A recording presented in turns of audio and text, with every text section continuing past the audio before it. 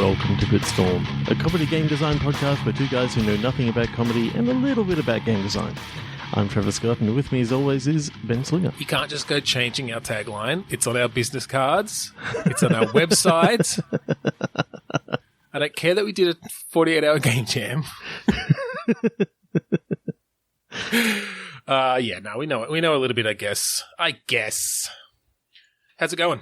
It's going well. We're doing this again for the 62nd time. Fuck. What are we doing with our life, Trevor? We're clicking. We're pitching. Yeah, pretty much. Yeah, let's do it. Tell everyone what we're about to do then. We're about to click. We're about to pitch. We're about to play a game called Click Pitch. This is where we each have a random word generator in front of us, and on the count of 3, 2, 1, click, we get a new word, and we say them out loud so the other person can hear it, and you, the audience at home, can also hear it. And then we make a game design from it. We're going to do that now. Let's do it. Awesome. 3, 2, 1, click. Vast. Itch. We have this vast itch at the moment. It's just... I just can't get to the end of it. So, funnily enough... Ooh. Okay, you have something? All right, let me do mine first because it probably won't go anywhere. Yep. So I said vast, but it reminded me of like avast, like pirate speak. Avast, me hearties.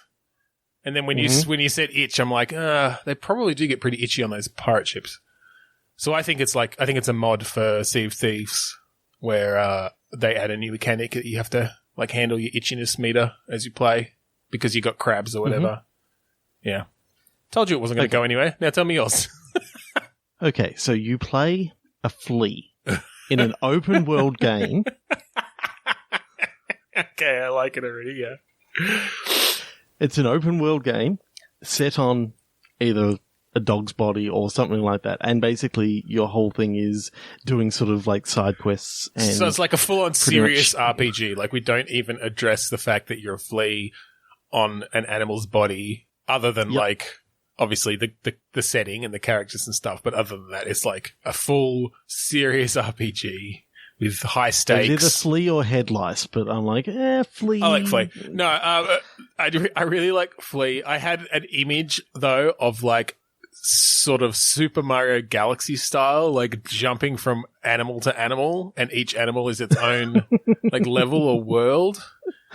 So there are certain points in the story. There are certain points in the story where you have to like get to a certain place by a certain time so you can jump ship off this animal because it's about to die or something, or I don't know, or it's about to like get flea treatment.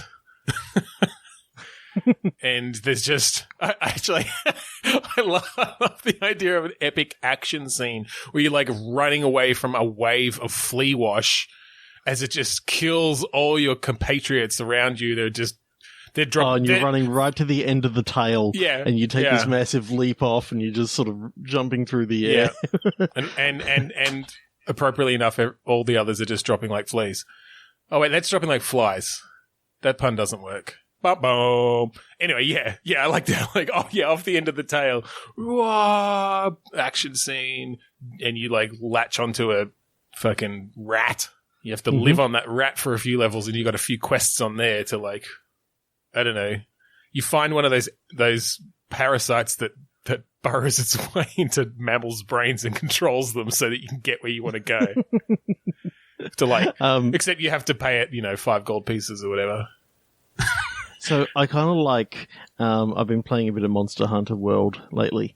I like the idea that you as a flea have to like, roam this world looking for whatever things you got to find in your quest. I haven't worked out that far, but occasionally you get like a massive fly come in and you got to sort of battle it. Right. So there's all these. Yeah, as a flea, you're one of the smaller sort of creatures in this world of the microcosm of insects and parasites and such. So yeah, you need to do a lot of rolling, strategic attacks. You can jump really high. That helps. Yeah. What I really love is just this image of you kind of just behind the flea. You're in this forest of hair, and this fly just comes down. Yeah, and it's like, oh shit, and you got maybe going through, say a balding spot or something like that. Right, there's a clearing on the dog, because normally there'd be like there's some mange. There's the fur cover on top, so it's like, well, it's a hot day out there. Just massive flies come down, having to destroy them. That'd be pretty awesome. It'd be like a dragon fight in any other game, and it's just a big blowy. Yeah. Then you've got the occasional like tick that you might find. One of the like big bosses. You're or maybe it's even in that bit as you're heading towards the tail. Before you can get to the tail, you're about there, and then this fucking tapeworm just like rears its head. It's trying to escape too, and you got to get past it. Yeah, that's good. So what would the currency be in like a world of fleas and blood? Just blood. Oh yeah, that makes sense. Okay. So they're just trading in blood. Yep, I already had that planned. Little vials, different values based on the type of animal it came from. What does different values depending on where you got it. Like if you manage to get arterial blood, then it's obviously a lot more richer because it's got more oxygen in it, compared to sort of the veiny blood, which is all oxygen. Now, is disease blood bad, or is it like sought after because I don't know, a lot of types of insects and things on the black market do spread disease? Maybe that's actually part of their racket. There's a part that you actually go to a flea market that is literally a market run by fleas that they're selling like old sort of like stuff, kind of like at a flea market, like that we'd call it. And it turns out that, you know, scientists have actually found out that the flea markets were doing this for years. Yeah. That's where they got the name flea market from. And then after the flea market, you go to a flea circus, of course. Yep. For your entertainment value. Maybe there's a quest where you have to be in the circus for some reason because you're trying to like get information. It's all fake. Yeah, you get there. There are no fleas. There's just all these like automated little seesaws and things. It's like, but we're that size. We know that this is fake. Oh, maybe that's another part that happens later on. Like you get captured by this insane guy, and you actually become part of, you know, a flea circus. Right. This guy's been running flea circuses, like the fake ones, for years, and now he's determined to run a real one and actually have a flea do tricks. Yep. So that could be kind of cool. Maybe that's where you start out and you run away. Like it's you're at this guy's first flea circus, right? And when you escape, he goes, "Oh shit! Maybe I'll just automate this then." it'll be a lot easier than training all these fucking. I thought he was going to hunt you down for the whole game. Like somehow he recognizes the specific flea and he's just chasing you down. Maybe. Yeah. I like the idea that in this world of blood currency, mosquitoes must just be like the rich merchants sort of thing. Like they're who you buy all your stuff from because they trade in blood. And then you got the smuggling ones that sort of come in trying to steal from your animal's blood supply. So, you know, again, Monster Hunter. Right. Well, yeah, I like this. I like that idea of like territory, like the animal that you live on. You know, there's there's a sharing. Well, some of them, the tapeworm lives in. Some of the sharing, like the it's just Terry. They share the blood from that animal because like they live there. And then there's a territorial thing. But yeah, if like rogue mosquitoes come and try to take some, they all band together and fight them off. Yep, it's fun. I really enjoyed this. There's a lot of stuff there. Yeah. You could go deep. What sort of graphic style do you reckon? I mean, just use the Witcher 3 engine, right? Like full on high def. Yeah. Rich world. Much. It's kind of what I was thinking. Not sure how you go past I'm just trying to think what's going to actually stop you from going to like the animal's backside or back passage. Just like the Witcher doesn't shy away from adult topics. They have the butt pucker shader ready to go. Stay away from the chasm. That's where Terry lives. Yeah, I really like it. Let's click again. 3, 2, 1, click. All right, I really like it. Let's throw it away and never think about it again. Stick. Millionaire. Who wants to stick a millionaire? Pin the stick on the... I don't know. Okay, stick millionaire. I'm getting lots of weird images running through my head. Because stick... Like, I'm getting images of, like, literally a piece of wood from a tree, a stick. Mm-hmm. And what would make a stick a millionaire in the world of sticks. Or maybe a millionaire... carbon rod. A millionaire who has a stick for some reason. But then there's, like, sticking things together. Sticky tape. Okay.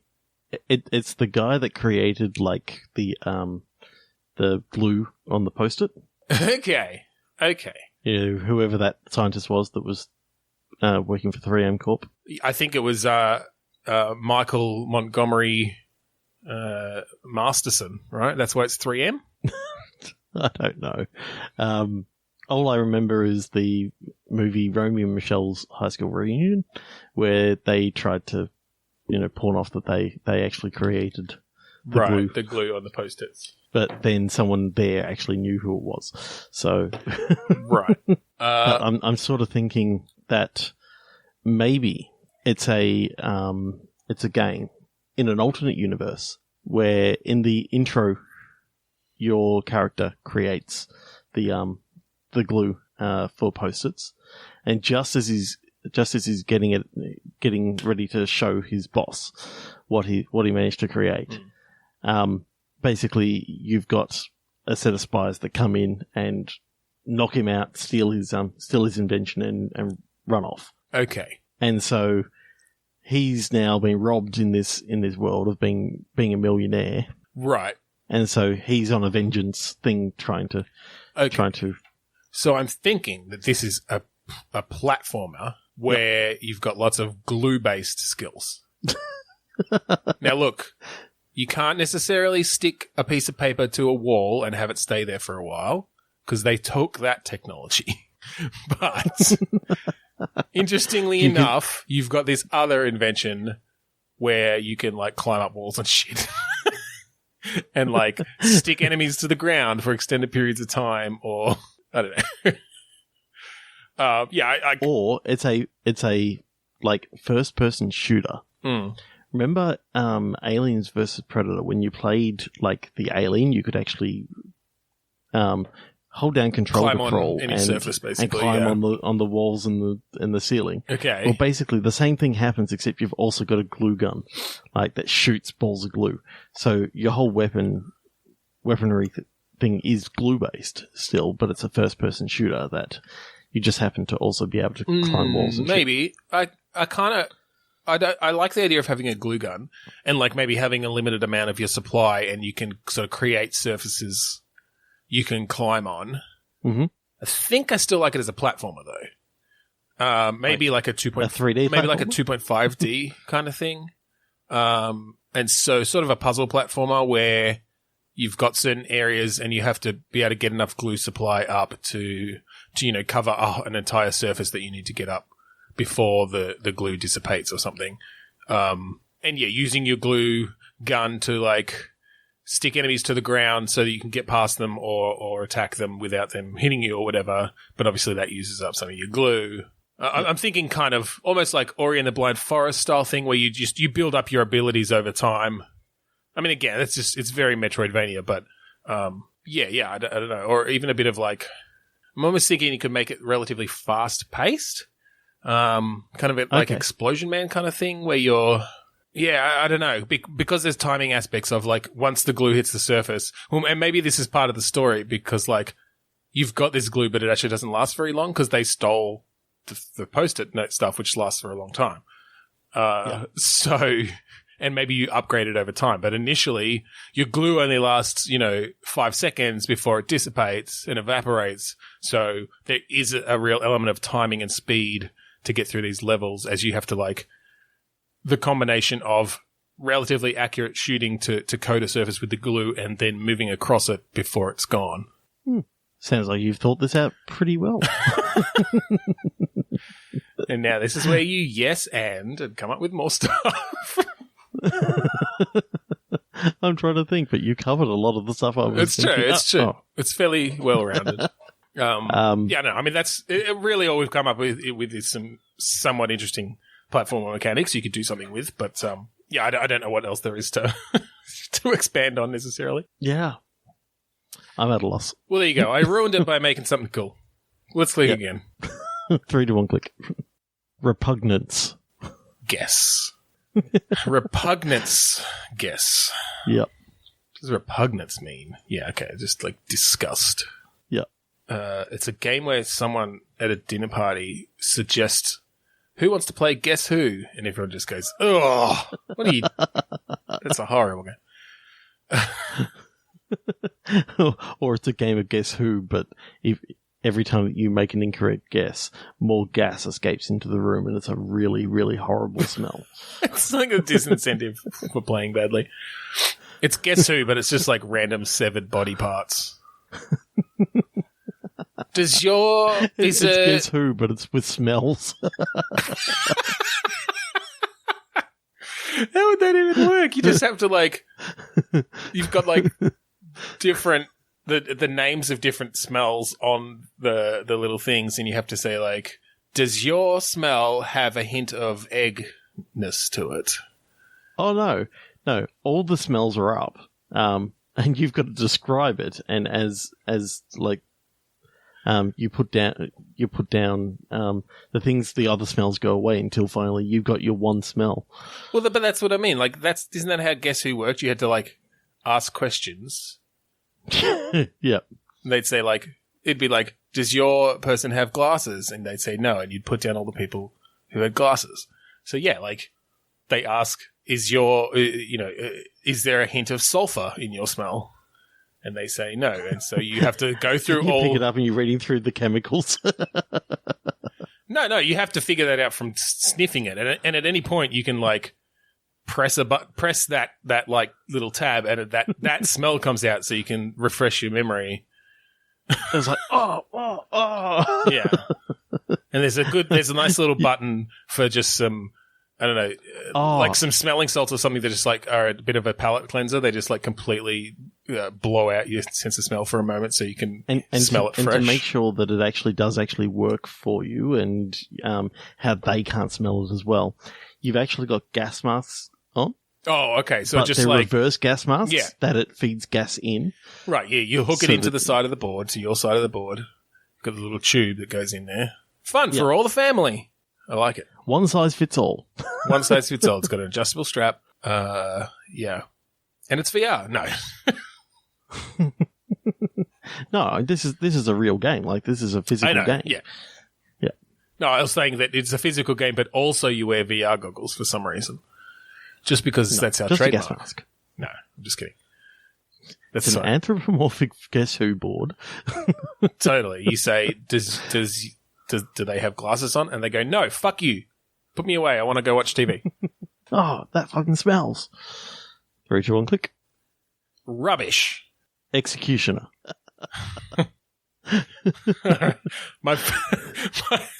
Oh god, my mind first went to a surgeon simulator execution game. So you're trying to kill people, but with like horrible controls, and so you keep fucking it up because you're just a rubbish. Yep. You're a rubbish at executing people, and so you've got all these different styles of execution, but it just ends up in all these people suffering really badly. Because, like, the guillotine doesn't quite cut their head off, or the axe just, like, severs their artery and they die slowly and bleed out. Or you put the wrong chemical in the lethal injection. I'm seeing it's kind of like, what's it called? Like the home improvisation, where you get given, like, an IKEA kit of building an execution. Executing device. Yep. Electric chair. Then, you know, when you finally build it, then, you know, you may not have put the straps in properly, so that when you're trying to put the person into the guillotine, you can't strap them down so that they can't move, so that they sort of move a little bit. They wiggle a bit. Just chops the top of their head off, and then their brain falls out. Mm-hmm. Still worked. I mean, yeah. That's the thing about guillotines. Like, as long as you get a decent chunk of them in there, it's probably effective enough. You know, I'm seeing, like, one you can have drawn and quartered, so you can have, like, the four horses we got to go attached to the... Historical, of course. Yep. It's all physically simulated. Excellent. Iron Maiden. Nice Bill and Ted's reference there. Thank you. The rack.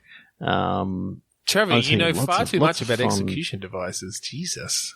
Well, technically these are all torture devices. Yeah, that's true. But they probably kill them eventually. Could do if you... Yeah. I think later on you can have, like, the sawing a lady in half, except you literally saw a lady in half. Nobody ever did that to actually execute someone. Now you're just going into murder. That's different. We're talking state-sanctioned executions. Oh, state-sanctioned. Oh, not the Magic Guild sanctioned executions. No, because they managed to make all evidence disappear, and nobody actually knows whether it's happened or not. Didn't say it was happening on stage. It could have happened in the back room. I love the idea that there's just all these magicians out there murdering people, but they still have to do it in, like, magic ways.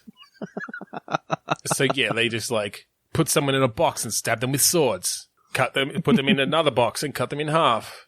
Choke them with a card. Oh, shit.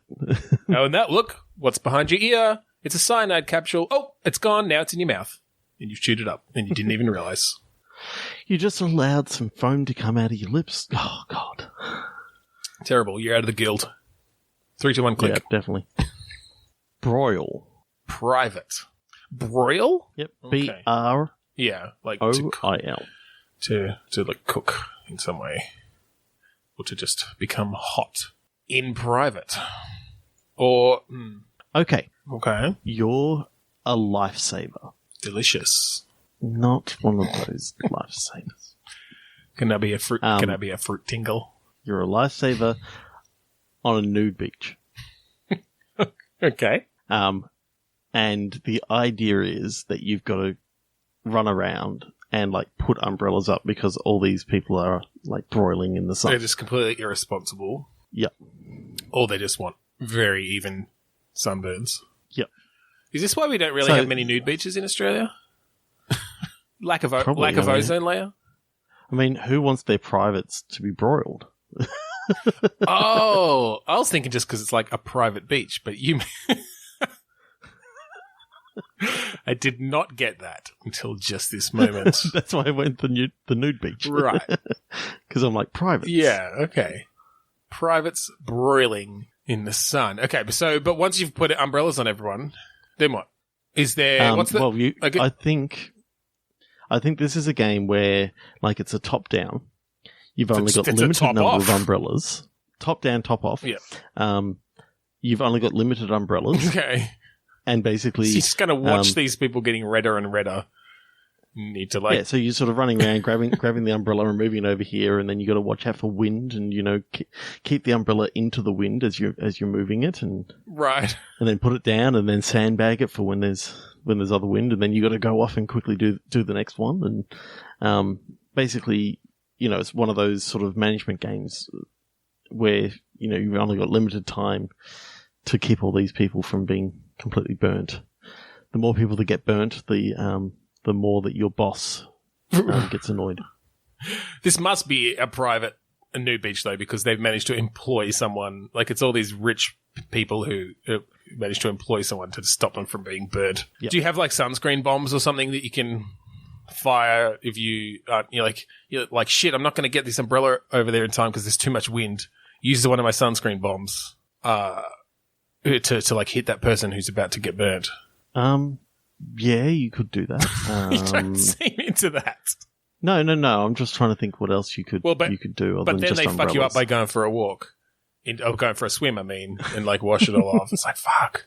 Maybe you have to watch and make sure that people don't go in the water within half an hour of eating, because then you're gonna have to save them because they're gonna cramp up and die and drown. Well, I think because this is, you know, a This is just happens to be a beach that no one actually wants to go swimming. They just want to all sunbathe. They just want to sunbathe. That's why, as a lifeguard, you are stuck with just putting up umbrellas. Yeah, pretty much. Mm-hmm. Okay. Don't like it? No, it's fine. I just, it needs that little bit of pizzazz. I do like the sunscreen bombs. It's got a lot of penises in it, and that gives you a bit of extra sales pitch or whatever, but, that's a dot point on the back. Includes many penises. Cut and uncut. Yes. Both types.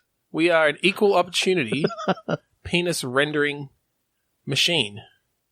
If you want penises and you like them red and broiled, check out this game.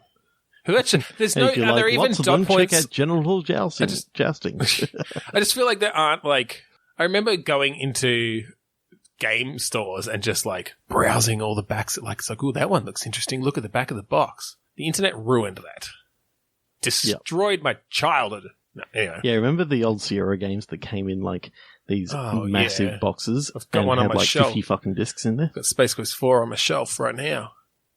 Nice. The EGA version, because Dad fucked up.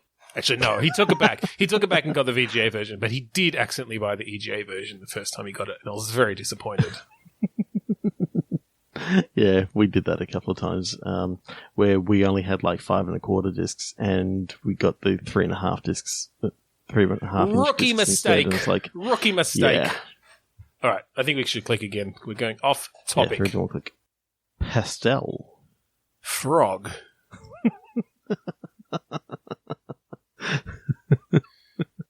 So it's a frog designing game.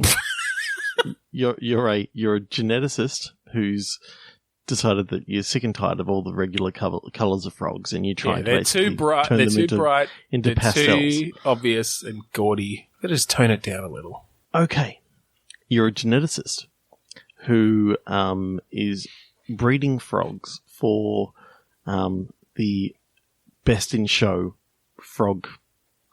Best in Frog show or whatever, there's dog shows. That commonly known show that is aired prime time. Yeah.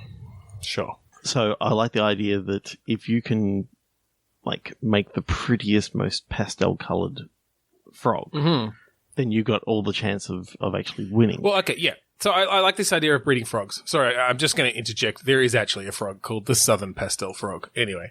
I like this idea that did you ever hear about that game Mugenics by Edmund Murr, who did Binding of Isaac and stuff? Anyway, no. It's been in development for ages. They've just actually restarted it. But anyway, I'm thinking something along the lines of that, which is that was a cat breeding game, but this is a frog breeding game where you get to breed these frogs, and they're almost Pokemon style, or not necessarily Pokemon style, but Tamagotchi style little pet things that you have to, it's not just, oh, here's the DNA I'm going to mix up. It's you have to keep these things happy enough and alive to breed the next generation. And sort of each generation you can take them to these shows, and depending on the season or whatever, or depending on as time goes by, different things are judged more highly based on just what judge is going to be there and different things like that. So you're trying to keep ahead of these trends in custom frogs.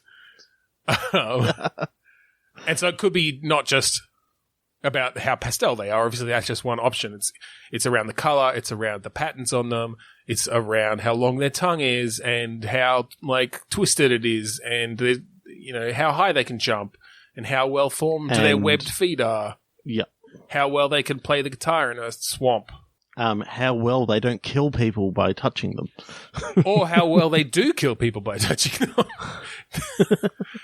The power of their venom. Totally. It's a big one. Yeah, but that's the toad category. Right.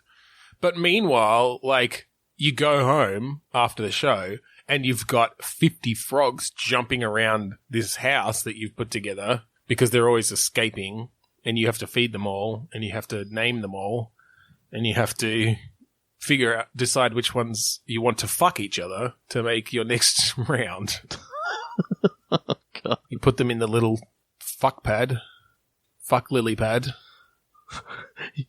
You open it up and it's just like gaudy, bloody 70s style, like decoration. Totally. And it's like it looks like a tiny little frog porno set. Yep. Pretty much. Like, pretty much. go to it.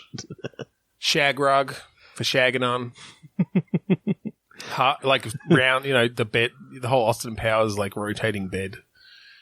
Leopard skin or whatever. Miss Piggy's in there waiting for Kermit. Maybe you can breed. I don't know. Okay. On that note, 3 to 1 click. Birth. Ransacking. I had some great ideas when it was just ransacking, but you added in birth, and that just kind of made things really, really hard. It's about the person who was the first to ransack something. It was the birth of ransacking in general. So this may be a little political, but okay. Okay. Your character is in the US. Mm-hmm. You don't have any private health insurance. Obviously. And your wife is about to give birth. So you must ransack and sell a whole heap of ransack shops and sell off all the stuff to basically be able to cover the cost of the birth. It's like a political statement about the state of healthcare among low-income people, or anyone really, but you're forced to steal and ransack and sell stolen goods to pay for the birth of your child. Okay. So should the birth have already occurred and therefore you've already got your bill of $400,000 or? Yeah, I think so. I'm thinking C-section. it's almost a little bit like the swindle, where you're like doing these randomly generated levels and having to steal stuff. Yep. But there's like the added bonus of if you find like some nappies, then you get bonus points because you actually really need those. Or baby formula, or clothes, or medicine. Now I'm just getting depressed. I'm sorry. Didn't mean it. So, all right, here's my idea. And look, that was good. I think it's important to talk about those things. Serious games, man. All right, my idea was you're a burglar. You're ransacking a house. You're getting a really good haul. There's tons of stuff here. You're just shoving it all in your bag that's got a like money sign on the side. You get back to your hideout. You open it up, and you accidentally took a baby. Oh, shit. And you train that baby to be your apprentice. Now it's the story of the relationship between this hardened, jaded burglar who's stealing shit just for the fun of it, just to fuck with society. He doesn't need to. He's been stealing for years and got lots of good hauls. He's rich, but he just doesn't. So how many people are in this crew? Are there 3 men in this little baby? Fuck off. No, I think it's just him. And look, this baby's little. We're not going to go into the horrifying thought of someone taking someone else's baby, because this is funny. God damn it. So you need to so he starts taking it on jobs, and you have to find safe spots for the baby to go initially, because it can't do anything. But as it grows up into a little bit of a toddler, it starts walking around, and it can steal things too, but also it might fall off a roof, so you have to stop it from doing that while you steal baby stuff. May cry, so you got to sort of like be able to calm down the baby so that you know. Yeah, exactly. It's a challenge then. So the all the people around the houses that you're ransacking don't wake up and go, "What the hell's that sound? Nobody has a baby in this neighborhood. Has that baby?" Yeah, exactly. But as it continues to grow, you get to like level him up or her up, level this baby up, and choose its skills. Can we please make this that it's actually his child, and the basically what happened was he's lost his job and his wife is away on business. Like, she's now the breadwinner, but he's, like, sort of run out of money and he doesn't have any credit cards left, so he has to ransack all these different places. Are you just uncomfortable with the idea of someone stealing a baby and keeping it? Yeah. I cannot understand why. I do not see an issue with that at all. No, okay, that's fine. I feel much more comfortable with someone who's just a bad dad and teaches their kid to steal shit. That's fine, I guess. Yeah, I guess that's slightly more acceptable. Slightly. We can do that. If you like. If we must. Yeah. I kind of like the idea that if you get caught, then your wife divorces you and takes sole custody of the baby. Yeah, that's fair. So I think that's fair. They're sort of your stakes. I'm thinking, well, obviously you haven't played the game from Other Sons. Because it's VR? Because it's VR. And basically in the game, it's always randomly generated. S-O-N-S or S-U-N-S? S-U-N-S. Okay. I kind of remembered because of the word son, but anyway. I was thinking that their whole thing is the entire universe is basically randomized each time. Yeah. I say universe, it's not really. It's sort of like points and missions that you can go on. So I like the idea that your character just chooses sort of a location that he's going to go. The houses are always generated, and basically you got one life. Yeah, which is you fail that, and then you've got to start all over again. And the idea is that if you can get all the way to the end where your baby now has become sort of a master criminal, 18 years old and is a master criminal, then the New Game Plus is your baby now having a kid of his own, doing the same thing, or her own. You know, I like the idea that the child is also randomly generated, also randomized. Yes. Yeah. Well, I'm sort of sensing a bit of Rogue Legacy in here, where if you do get through it and into that next generation, like some of the choices you made for that child obviously then carry over to your character in the next round, the next generation.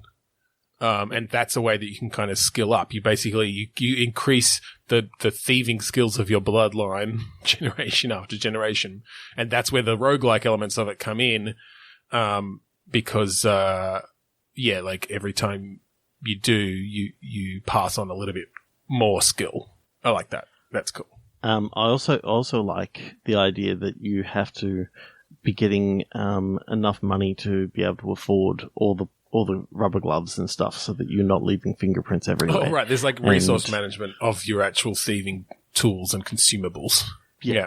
And you can run out of or you can wear your shoes out, so you got to buy new sneakers so that you can like sneak through. Okay. But then they can't be super brand new, because otherwise they squeak on the floorboards. Well, they just have to be high enough quality or something. Or you don't want like leather or whatever it is. Well, maybe later on you can find a store that sells those little cloth booties. That like CSI people like wear, so that they don't leave footprints and stuff. Yeah, I'm kind of amused by the very like early Police Quest-esque thing of you have to make sure to actually put your gloves on and put your booties on at the start of every mission, and if you forget, like you've just totally incriminated yourself by leaving evidence. Your hairnet. You have to scrub down your body beforehand to not leave skin flakes. No. In general, though, I really like this idea of like a rogue-like thieving thing with these genetic things and resource management stuff. And maybe you can like build up your hideout, which is just in your garage, but you're hiding it from your significant other. And you've got all your stuff there and all your tools. And yeah, as you get more money, you get to get more tools. And as your kid grows up, they get more skills. And it changes, right? Like early on, your kid is light enough that you can like throw them up to reach stuff. But as they get older, that's less of an option, except then you can do things like, oh, well, now both of us together can move this heavy door. And so, yeah, like the houses and such are randomly generated, but early, like depending on how old your kid is, there might actually be sections that you can't actually get through. or get to. I mean, you can always get through it, but like you can't get to that stash because it's behind a heavy door and your child's only 5. But you can throw them up to grab the attic door and pull it down and get all the stuff out of the attic. Okay, so we all know that players are going to attempt to like kill a crap load of people. Oh yeah, okay. Are there people? I guess there are people. Yeah. I was sort of thinking empty houses, but of course, yeah, there'd be people you have to avoid waking them up and. Well, maybe if you've cased the joint well enough, you can work out that okay, they go out every I like Tuesday. the idea that there's like an XCOM vibe as well, where you've got all these potential candidates for robberies, and you can spend time casing them, but obviously time passes as you're doing that, and your money's going down because you've got your essentials, so you are balancing up, knowing a bit more about the place and having a higher chance that the house will be empty versus just going right now because you need a quick infusion of cash. Yep. I like the idea of random guard dogs. Yep. That, like, so you gotta come up with ideas on how you're going to get around with that. Yeah, richer people's houses might even have, I mean, obviously there's just different security systems, maybe even security guards, depending on how sort of high up you're going. You've got a full-on gated community that you can go to, and you know, maybe if you can get enough money, you can actually buy a house in the gated community, and then like then you're already in there. Then you're already in there. You don't have to get over the gates anymore. Yep.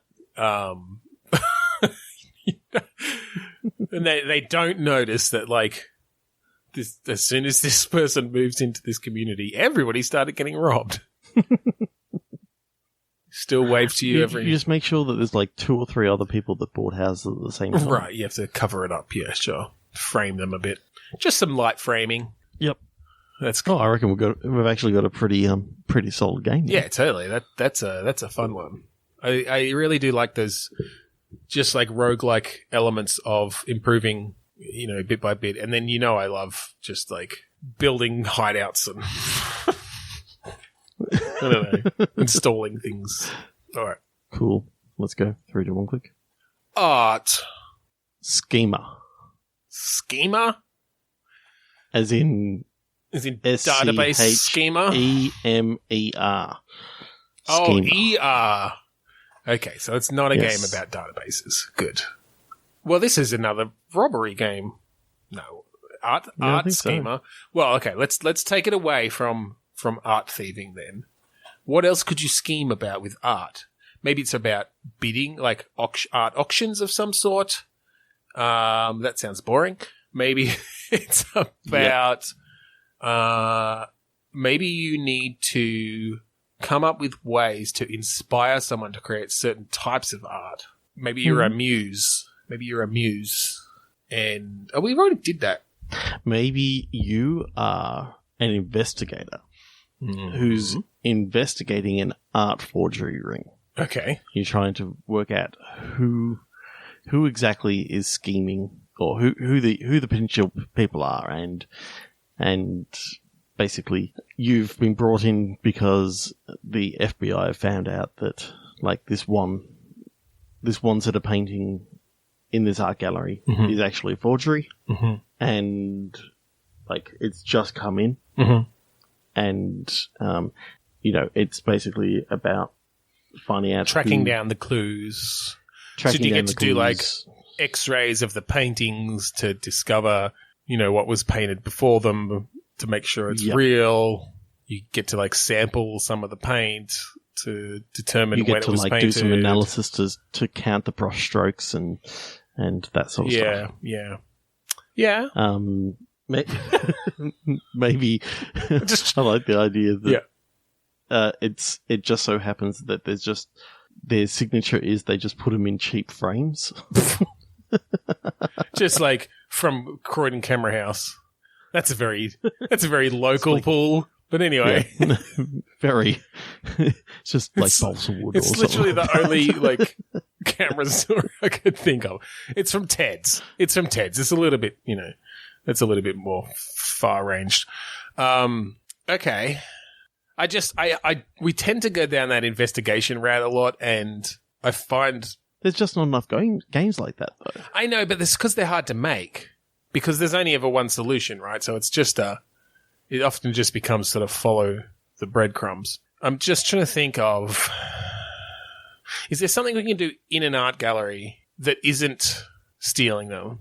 Maybe you're just trying to like take selfies with famous paintings, and the security guards don't want you getting too close.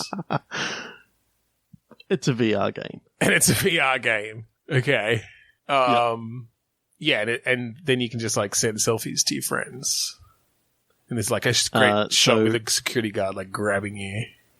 So the idea is maybe you got to cause a distraction by like pushing someone into an art exhibit and then quickly running over and just totally. And it's like selfieing with it. And it's like one of those like art sculpture sort of pieces where it's just like 3 pieces of dog shit on the ground with a red rope around it. And nobody's actually quite sure. Like, and actually what happened is it's just someone brought their dog to the museum and it shit on the floor 3 times, but then the people couldn't figure out whether it was art or not, and so they put the ropes around it and a little sign next to it. I also like the idea that some of the harder levels later on are those, those living exhibitions of performance artists who sort of they are their own art. Totally, and so it's actually a lot harder to get selfies. Take a selfie with that. Yeah, with them because they're moving all the time, and also they just give you a shove when you get too close. So it's about distracting them to look into the camera at the same time. Yeah, that's right. Or the clearer it is, and the more close that you get, the better the score. Yeah, so you have to say you have to figure it. Like, look, often the light.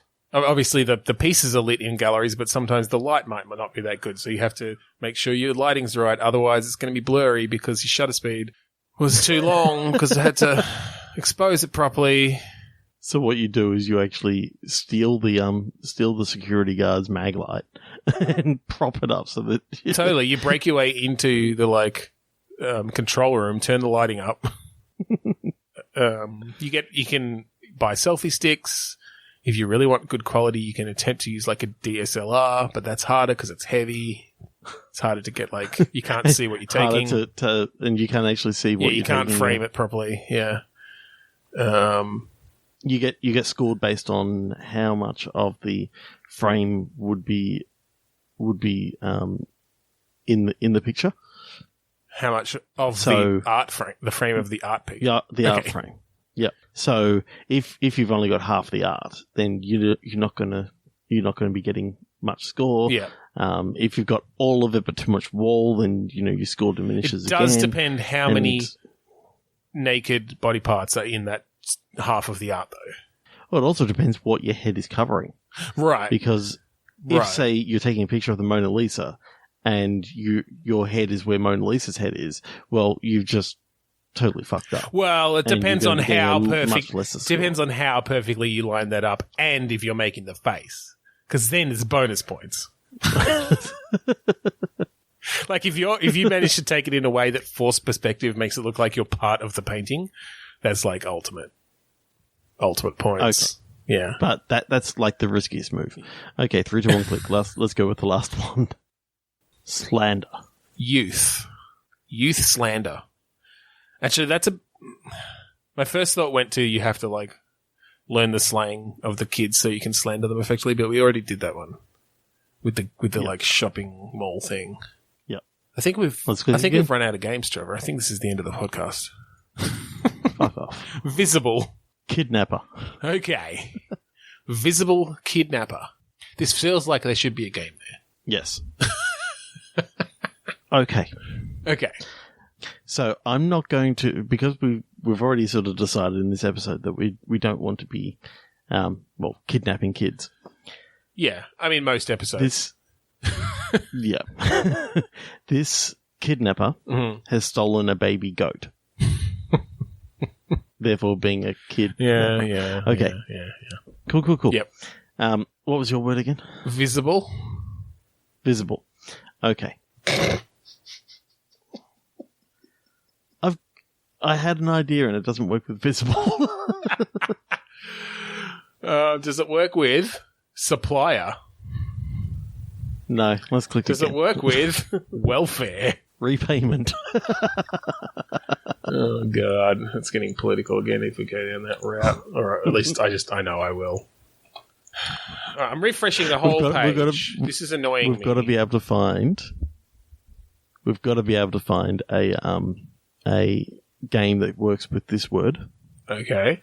Buttonhole. Intestine? Zucchini? God. You got to get a zucchini through a buttonhole. All right, look, this isn't working. Let's change it up. Tell me another game you're looking forward to. Another game that I'm looking Let's forward do to. the game thing. Game name. The game thing. Okay. Choose something that's coming out. Okay. Labo. Come on. All right, Labo.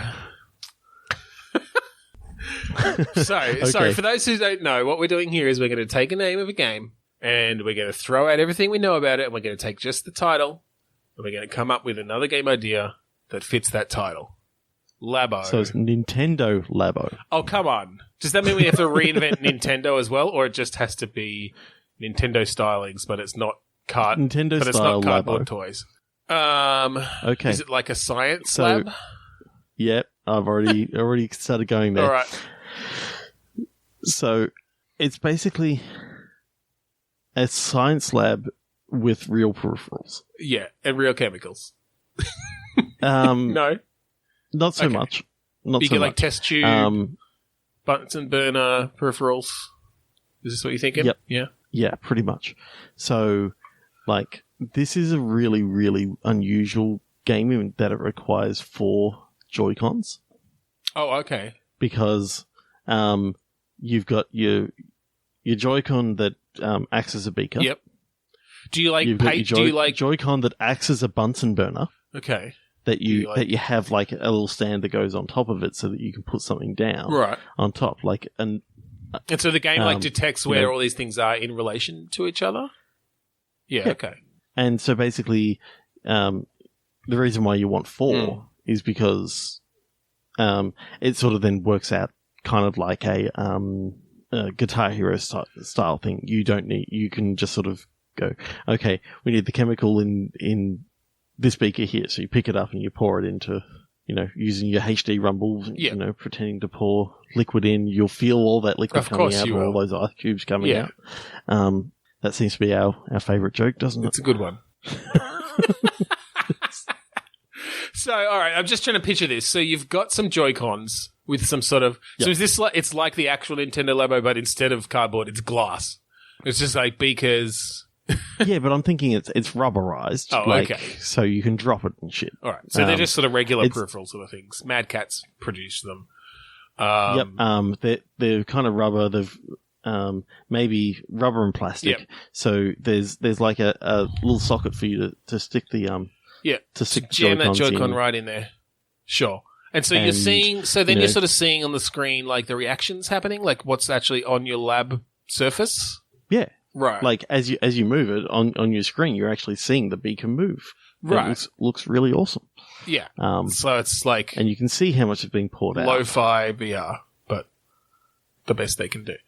Yeah, sure. The best they can do. Yeah. Well, maybe it's a multiplayer thing. Okay. Maybe you get... Fastest to create invisibility potions. Fastest to create Oh. the super bounce potions. I like the idea that Um, it's like Harry Potter themed. And so you're not doing real...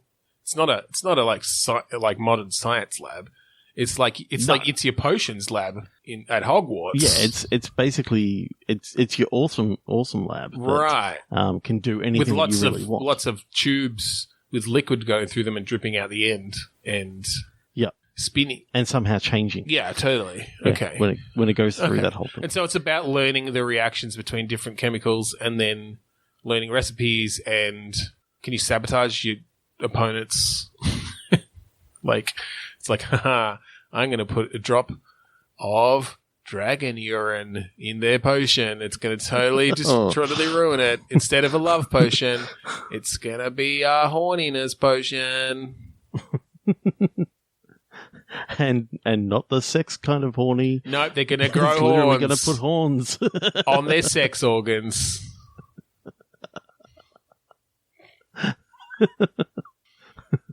My dick became a massive horn. Yeah, we know you're always up for it. Just stop talking about your dick. It's like, no. It's like, it's made out of ivory. There's some hunters after me. They want my dick horn. All right. With that, I think... Yeah, on Dick Horn. Once we get to Dick Horn, look, it's... On this show, whenever we get to Dick... It's a slippery slope from Dick Horn to like... Vaginal... There's a... No. Let's end it on Dick Horn. Thank you for joining us on Bitstorm this week. It was a bit of an odd one. We went some places. If you want to find us on the internet and listen to more episodes or talk to us, you can find us on Twitter, Facebook, and Instagram, Bitstormcast. We're on Facebook with a group as well on Facebook, facebook.com/group/Bitstorm. We're also on Podchaser. We'd love it if you left us a rating or a review there. Podchaser.com/Bitstorm. We'd also love it if you left a rating or review on iTunes, where you can also subscribe to us there.